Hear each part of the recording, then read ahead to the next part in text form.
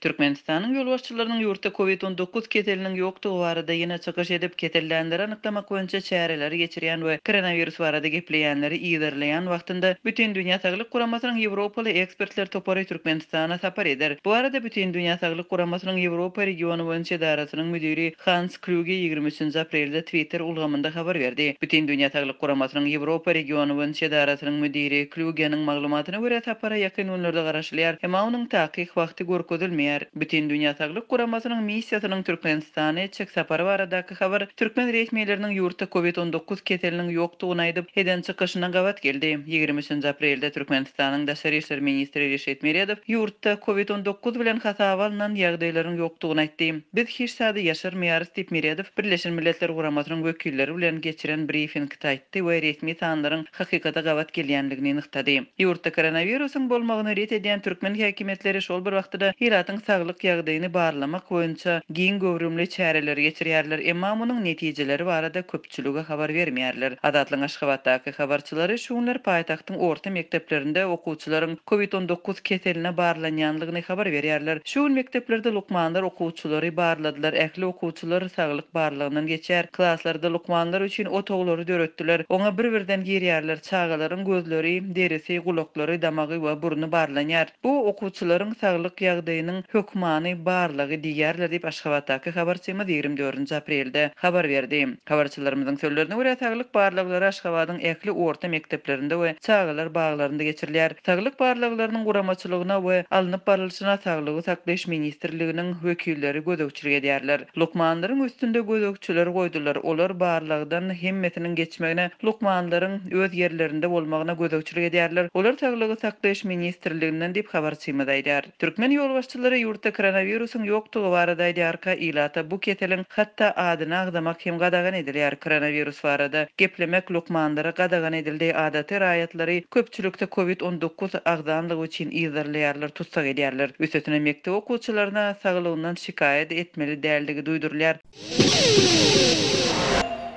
Türkmenistanyň paýtagty Aşgabat şäherindäki döwleti degişli idara kärhanalarda aýalgylaryň daşky keşbi bilen bagly çäklendirmeler täzeden güýçlendi. Büdjet işgärlerine şolsanda molimlary saçlaryny açyk reňke boýamak, ýasama kirpik daktyrmak, gaşlaryna tatu etdirip olary has ýoňaltmak, elleriniň we aýaklarynyň dyrnaklaryny bejerdip olary reňklemek ýene gadagan edildi diýip gidliňlik şertine söketdeş olan Aşgabatly habarçy 24 aprelde gurrun berdi. Ýatlasak bu gadagançylyklar 2018-nji ýylyň bahar paslynda hem güýje girdilipdi. Ýöne wagtyň geçmegi bilen bu çäklendirmeler bir näme gowşudylypdy. Mundan başga habarçy büdjet işgärlerini milli nagyşlar bilen gaýalan giň ýakalary giýmegin gadagan edilendigini hem sözüniň üstüne goşdy. Büdjet işgärlerini ýakasy boýnuňa ýetip duran goşadyrnak içinde iňçe, sade we asylly ýakalary giýmeldikleri aýdylypdyr diýip büdjet işgärleriniň ençemesi bilen söhbetdeş olan habarçy bellidi. Aýdylmagyna görä bu gadagançylyklar ilki Göktepe etrawynyň döwlet idara kärhanalarynda ýüze çykdy.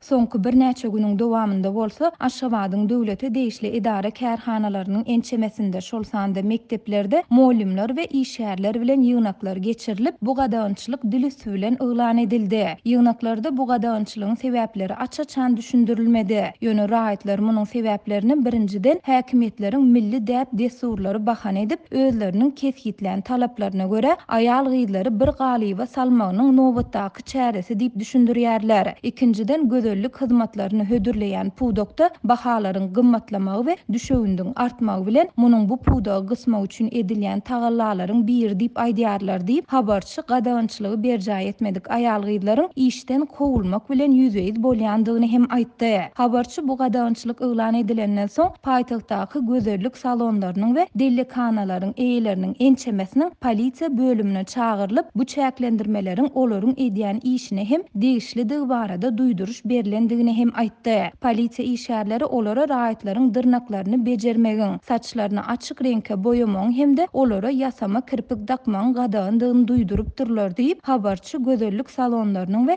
dellekanalaryň bir näçe işgärine salgylanyp gurrun berdi. Ol häzirki wagt bu meseleniň aýal gyýlaryň arasynda iň köp gurrun edilýän temalaryň birdigini aýdyp büdjet işgär şäherleriniň köpüsiniň öz aralarynda närazylyklaryny bildirýändigini ýöne aç-açan hiç zat aýdyp bilmeýändiklerini hem bellidi. Aýalgylaryň arasyndaky gürrüňdeşlikde olaryň döwlet indi biziň has şahsy gatnaşyklarymyza hem goşular mukadiýen ýaly kinaýaly sözleri hem eşitse bolýar diýip habarçy aýtdy. Adatlyk radiosyna bu aýdylanlar barada Aşgabat şäher häkimliginden we Ýurdun Zenanlar Birleşiginiň merkezi geňeşinden kommentari almak häzirlikçe başartmady.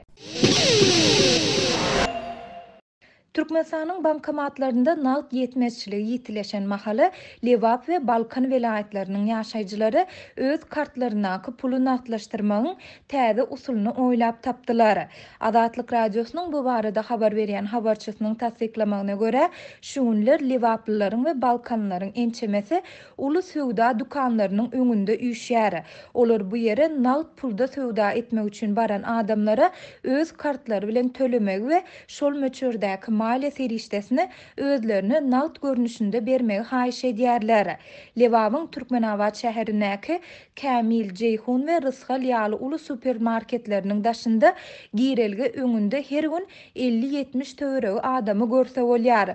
Olar bu söwda merkezlerini nagt pulda söwda etmäne gelen hyrydarlar saklap, olardan näçe söwda etse-de öz kartlarynda tölemek we özlerine nagt puly gaýdyp bermegi ýalwaryp soraýarlar diýip gizlilik şertinde söhbetdeş olan habarçy 23 aprelde gurrun berdi.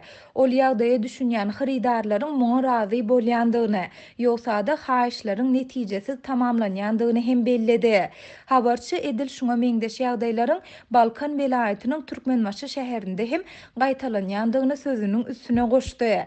Bu ýagdaý Türkmenbaşyda geçen aýyň ortalaryndan, Türkmenabadda şu aýyň başyndan bäri dowam edýär. Sebäbi bu şäherlerdäki bankomatlarda nagt pul tapmak gaty kyn. Olaryň tas ählisinde pul ýok. Käbir adamlar banklarda tanış tapıp kartyny berip 10 gün diýende diňe 500 manat çemese pul nagtlaşdyryp bilendiklerini aýdýarlar diýip habarçy bellidi. Türkmenistan indi 3 ýyl çemesi wagt bäri öz garaşsyzlyk ýyllarynyň iň agyr ykdysady kynçylyklarynyň birini başdan geçirýär. Bu kynçylyklaryň fonunda bankomatlarda nagt ýetmezçiligi, munyň bilen bagly olaryň öňünde adamlaryň uly nobatlary şeýle-de azyk ýetmezçiligi dowam edýär. Adatlyk radiosynyň habarçylary koronavirus global pandemiýasy bilen bagly aladalaryň fonunda beýleki kynçylyklar bilen bir hatarda ýurtdaky maliýe ýetmezçiliginiň hassa ýitileşendigini habar berýärler. Bankomatlaryň tas ählisinde nagt tapdyrmaýandygy sebäpli käbir raýatlaryň geçen aýdaky zähmet haklaryny hem nagtlaşdyryp bilmeýändigi aýdylýar. Geçen hepde Adatlyk radiosynyň habarçysy Tejen şäherinde käbir adamlaryň pulsuzlukdan halys ýadap hususy dukanlara baryp kartlarynaky puly nagtlaşdyryp bermegi soraýandygyny habar berdi. Ýöne ol dukan eýeleriniň bu hyzmat üçin nagtlaşdyrylan puluň 10%-ni alyp galýandygyny hem aýtdy.